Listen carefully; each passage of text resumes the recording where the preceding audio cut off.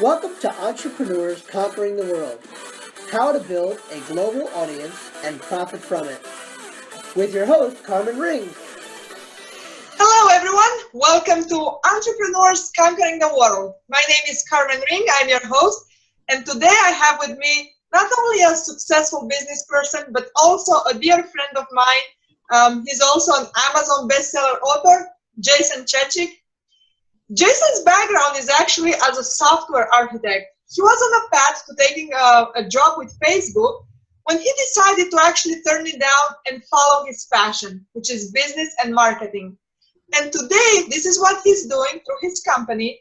He's helping entrepreneurs to be seen and heard on the marketplace. But you know what? I'm going to let Jason tell us more about himself, his background, and his career journey. Once again, Jason, welcome to our show.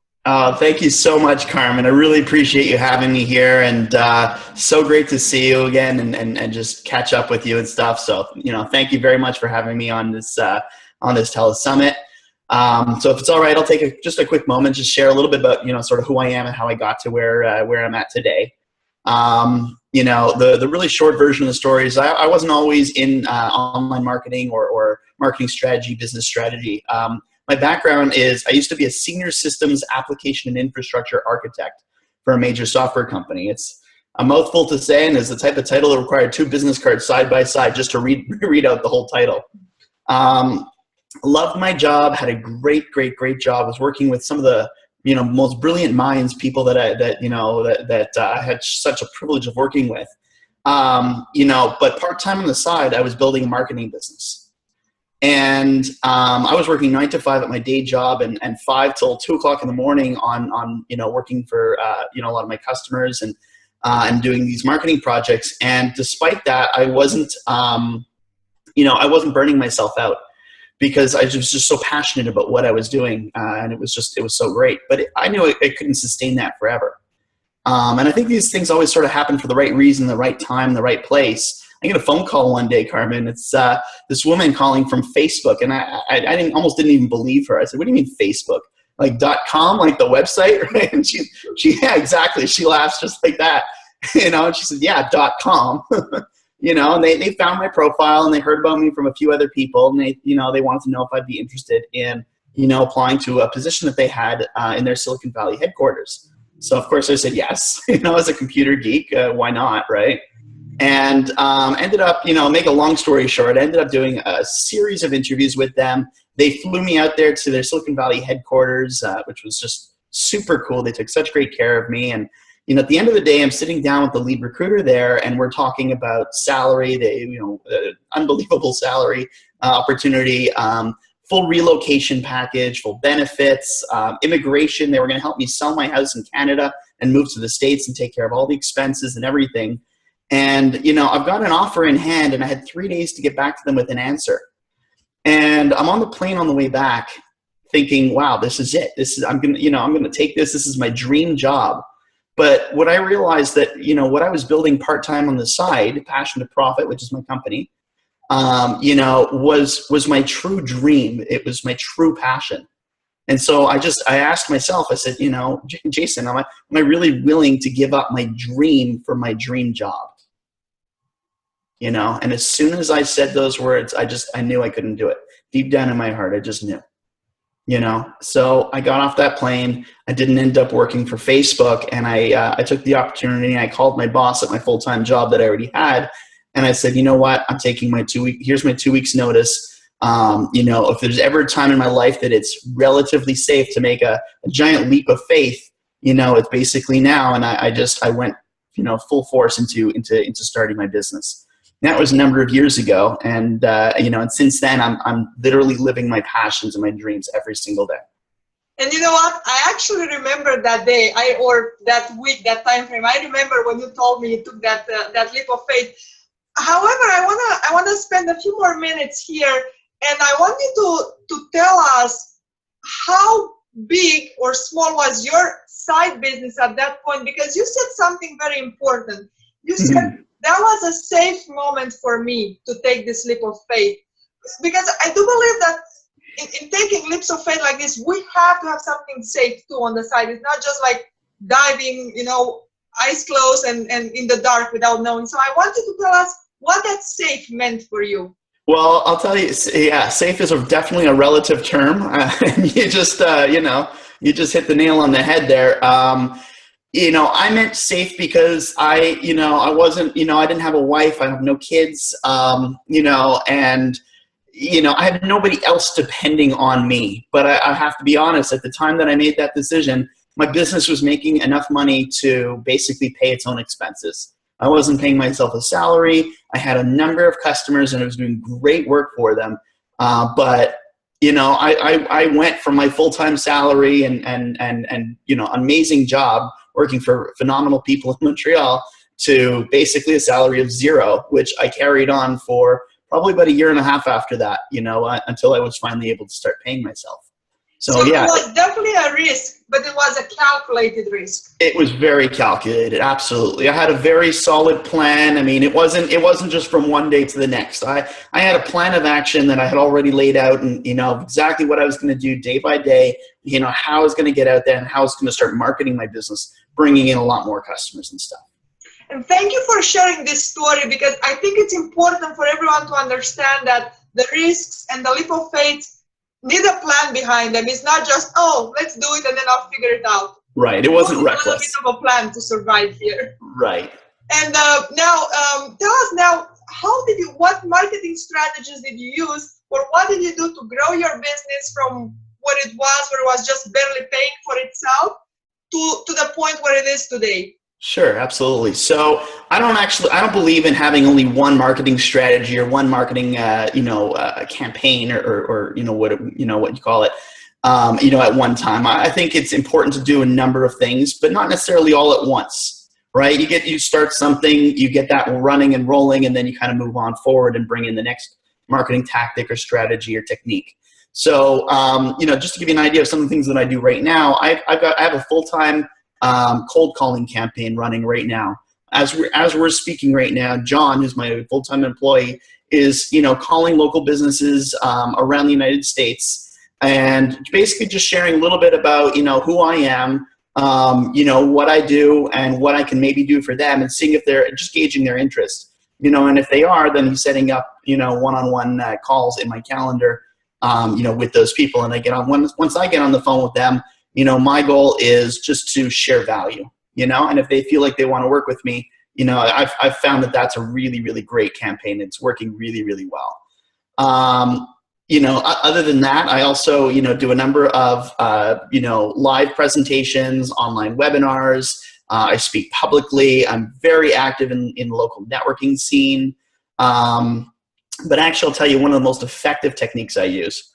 This one sort of caught me by surprise, really, is just being active in a lot of online groups on Facebook, LinkedIn, and various other social sites, and not coming from a place of I'm here to sell you stuff, but coming from a place of I'm here to share value. I'm here to answer your questions and just be an inspiration to people, and and share some of my knowledge and wisdom that I've gained over the years. And see how much I can help you guys. And it's just so interesting how people come to me saying, I want to work with you. What can we do? What can I pay you to do, Jason? Without me actually trying to make any offers. So it's great. That's wonderful. And I think this is where a lot of our audience is aiming to be, and to bring their businesses to. And the one thing you mentioned, you said, John, your employee, he's now making phone calls to a lot of companies from US. I'm not sure if I mentioned this already, but for our audience who doesn't know, you are from Canada. You live in Montreal. I live in Montreal, yes. You are serving, I know through the internet you can get all over the world, but already you're serving 2 markets. And being in Montreal, you're in the French-speaking side of Canada. Absolutely. So how does that work for you? How do you handle that? Do you have materials in both languages, or do you, because I know you're fluent in French, I absolutely am. Do you build websites or materials in both languages? How do you handle both audiences? Absolutely. I have a nice big contingent of French Canadian customers, and actually a couple of customers in France as well. So yeah, I do. We build websites in French. We do online marketing in French. We write email campaigns.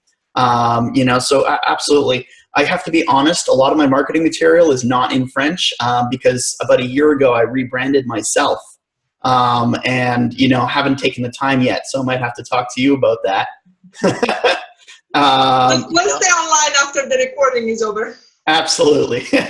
But my old marketing material that I had before the rebrand, that was all translated to French. But one thing that I'm definitely on top of, because I know that I have a large audience of French speaking clientele, is all my legal documents and paperwork and stuff like that is all translated and I'm done properly and professionally, because I think that's really, really important to get your paperwork in order and secure yourself as much as possible, but and also maintain, a great relationship with, people that speak different languages and stuff. And, it's an advantage that I have that I speak French fluently and can work with French speaking clients.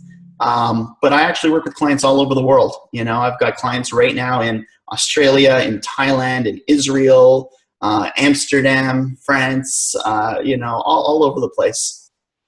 And because you mentioned that you have your paperwork already in French and all that, that's one thing I wanted to ask you. When it comes about logistics of handling an international business, what are some of the aspects people have to be aware of? And starting from currency to paperwork, like you said, maybe laws about around accounting or all that. Can you share a little bit about that?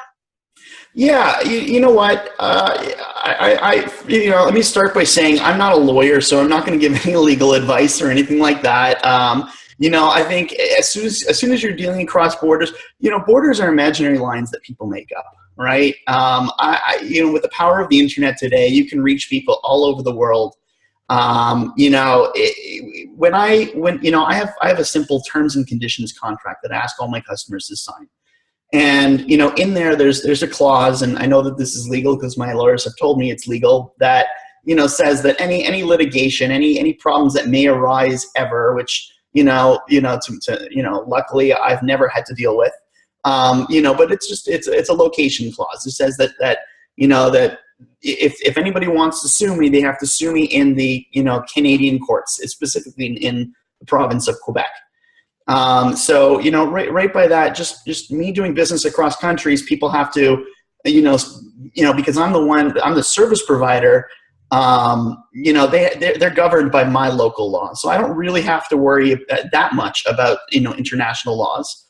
Though it's important to, know before going into, or starting to do any business in any other countries, just to get a general understanding of if there's anything specific about that country that you need to know about. And that's, really the type of stuff that you should, go speak to a lawyer about and get the appropriate answers and stuff. But, I really haven't had any problems, and it's just, it's just absolutely great. Just yesterday I spoke with people, literally in all corners of the planet.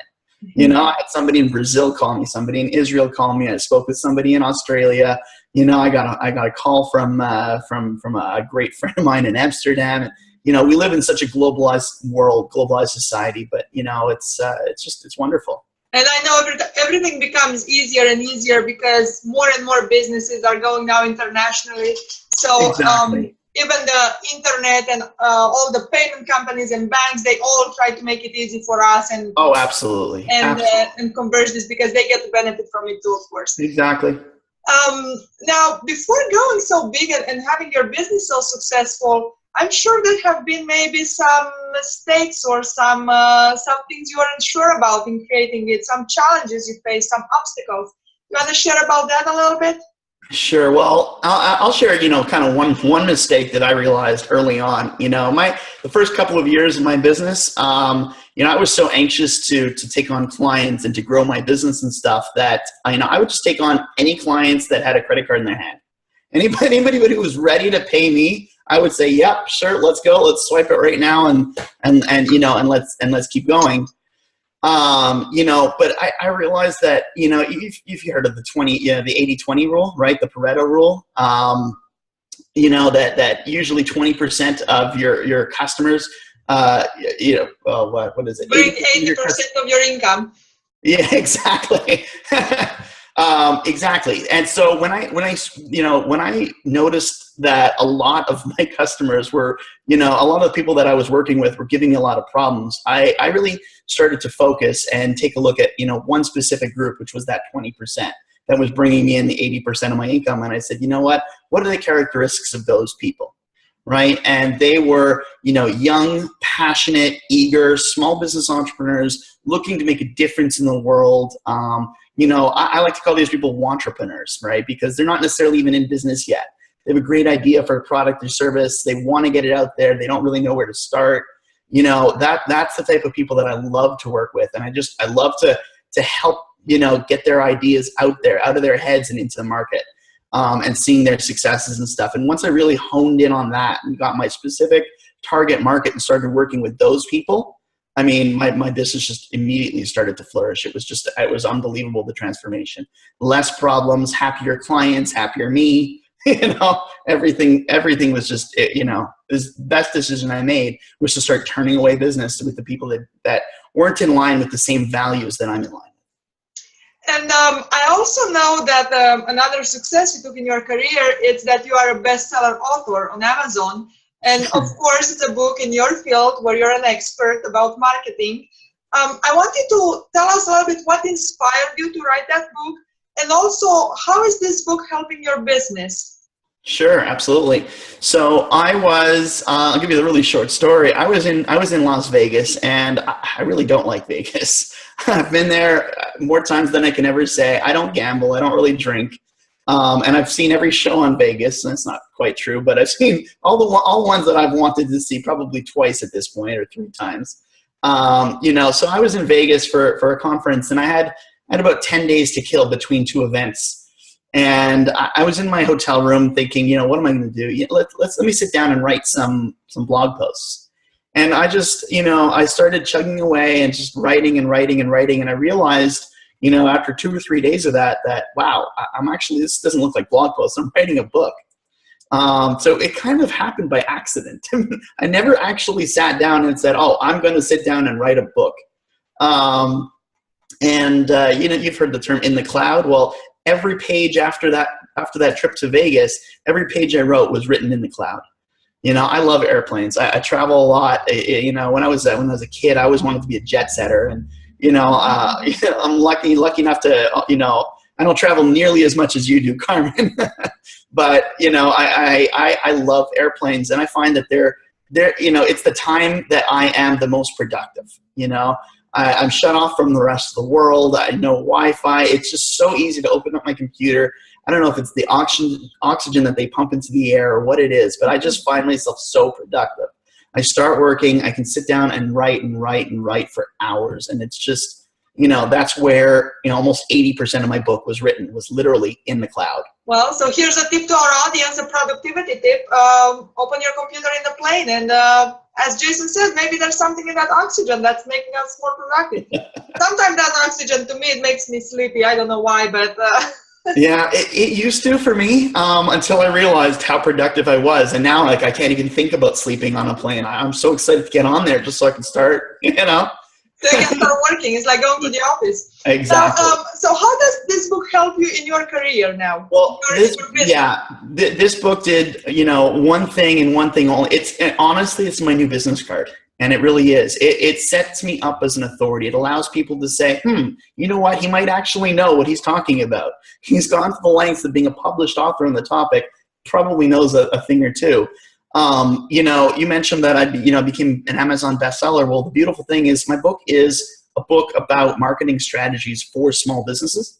I used all of the strategies and only the strategies that were in my book to actually publish and launch my book and make it a bestseller its first day out. And I also know we actually have another common friend who used your advice and your coaching, and she also became a bestseller author on Amazon. So it's a proven technique. It's happening over and over again. You wouldn't even know how many friends we have in common that have actually used my advice and used my, that I've worked with. Yeah, I was thinking about that. We have quite a few friends in common that are bestseller authors. I wasn't sure if they all worked with you. I know most of them have. Most of them have. that's wonderful. Thank you for sharing this passion of yours and this skill, because your passion is also your skill now. Yeah, my book has helped me get on stages. It's helped me get in front of audiences. It's done so much for me. And so, are you planning to maybe have it translated so you can get your message across easily to other populations? Good question. I've had a lot of requests to get this book translated specifically to French because, as you said, I live in the French part of Canada. So yeah, it's definitely, it's on my list of things to do. As well as a long list of other things. But yeah, I think I should probably give some priority to that. Since I am having a lot of people asking to have that book translated. So yeah. So you're going with the demand. The reason why you decided to translate it is because you go with the demand of the market. Absolutely. You have a request from it. Yeah. I know there's a market for it. I know there's people that would buy that, and absolutely. Now, which advice would you give to an entrepreneur who, say, somebody else who's just in your community in Quebec and who wants to expand his business, across the borders of Quebec, maybe US or Australia, but they feel they don't really know how to do it or where to start, or what advice would you give? Just share with us a little piece of your experience. Sure. So, you know what? I sort of touched on it earlier, but realize that there really a border is just an invisible line that two governments decided this is where we're going to put it. And if you understand that, and take that away, people are people, right? People need who you are. What you do is value, right? You provide value for the world, and people pay you for that value. That's what being an entrepreneur is all about. At least in my books. Right. So, just knowing that, look, there is no border. Countries are countries. It's a name on a paper. Right. My personal favorite way to launch into a new business is to just book a trip. Just to randomly say, okay, you know what? I'm going to Chicago tomorrow. Or next week, depending on prices of flights. You don't want to get crazy. But, you book a flight and you go stay in a hotel. And then while you're there, you say, okay, let's go on meetup.com. What events are around, what's going on, things like that. Get yourself into a whole bunch of events and just show up and just be your authentic self and just start. And you're going to see. Basically, put yourself in that environment and then realize it's not as big of a deal as it sounds. International might be a big word and might scare people. It's not as scary as it sounds. Exactly. It's so easy to launch a new country, to open up, absolutely. And do you have, I know you are a very open mind, and for you it's easy to do all these travels even by yourself and just go from one place to another and explore new markets. But however, do you have also some mentors, somebody along your business that have helped you or guided you in building your business? Absolutely. I've been privileged to, in my travels to attend seminars and events. I don't know if your viewers are familiar with the company Peak Potentials. That's where I started. The Millionaire Mind Intensive. T. Harv Eker program. So T. Harv is one of my mentors, and going through all of their programs and their Quantum Leap and everything that they do. And along the journey, I've met so many amazing people. One of their lead trainers, Robert Riopel, is an amazing friend of mine. In fact, I'm going to meet him in Toronto, the day after tomorrow. So I'm very, very excited about that. And in attending so many different seminars, and not just Peak Potentials, but a lot of different stages, a lot of different events, I've had the privilege of, meeting and learning from, some of the biggest names in online marketing and marketing business and personal development, personal growth. That's sort of my, entry into the mentorship world is really going to events and going to seminars and just learning as much as I can. I'm a lifelong learner, and I never want to stop. And when I'm not at a seminar and at an event, I've got my head buried in a book, where I'm learning something else. And so that's, some of the people that I consider my mentors, have even passed on. But I read through them by reading their biographies and learning about them through books and stuff like that. So I know we're getting close to the end of our time together here, but I still want to squeeze some information and some advice from you. Sure. If you would be to say one factor that had the most impact in creating the success of your business, and I know it's a lot of them, and you already mentioned some of the factors, but which one would you say had the most impact if you would be to pick just one? I got this one easily. Realizing that I can't do it all myself.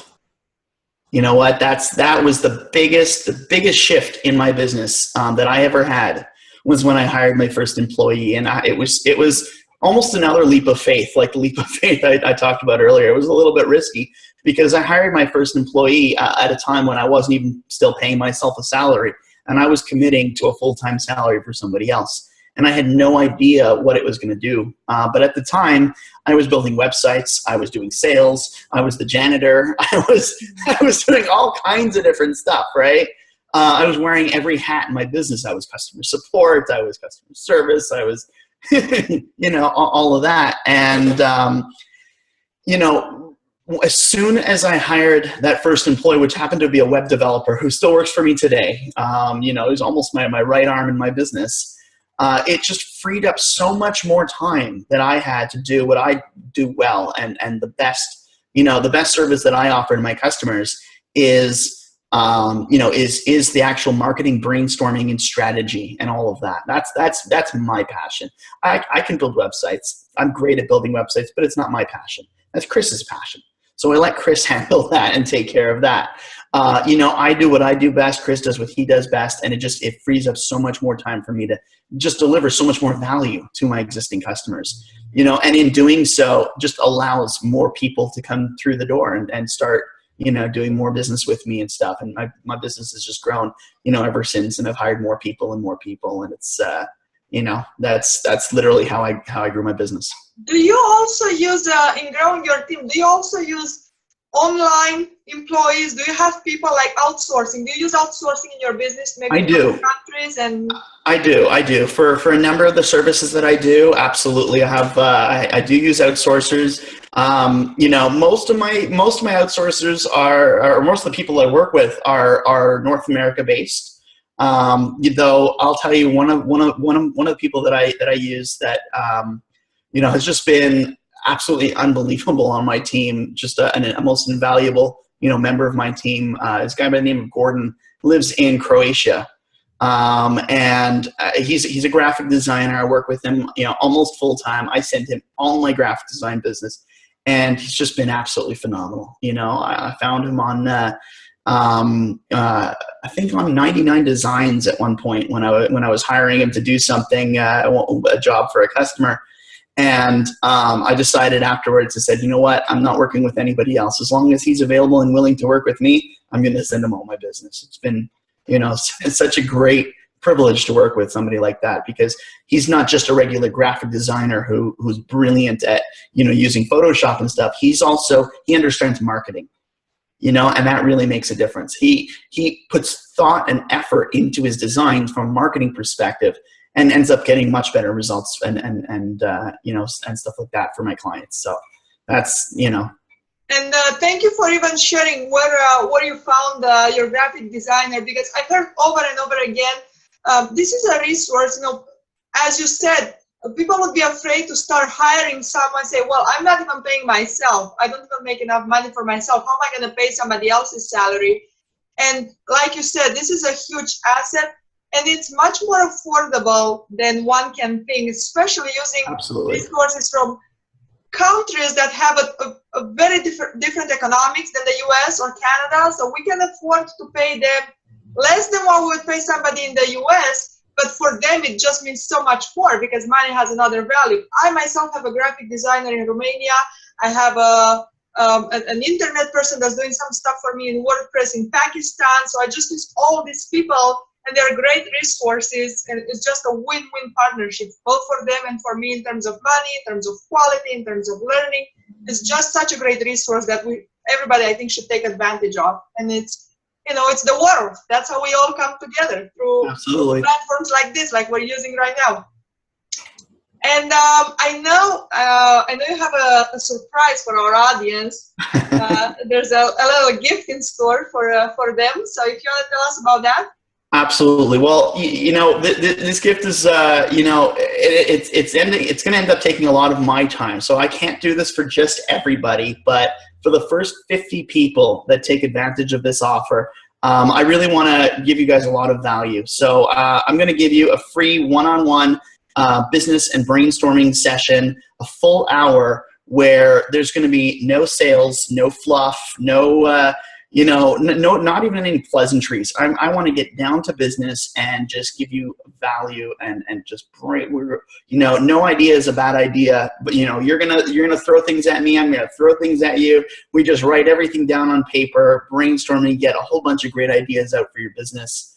And I just, this is something that I do from some of my clients. I charge $175 for an hour for the first 50 people that take advantage of it through your group.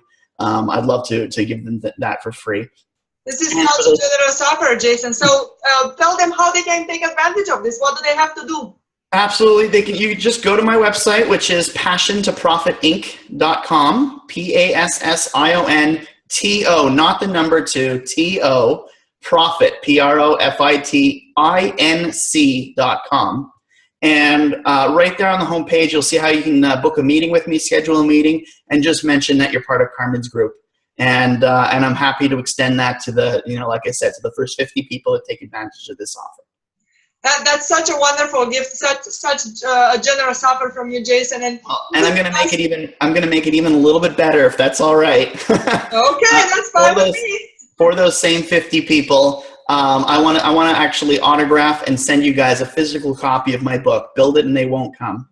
And I'm more than happy to ship it out to you. All I ask is that you guys cover just the shipping and handling charge, nothing else. I'd love to give you the book for free.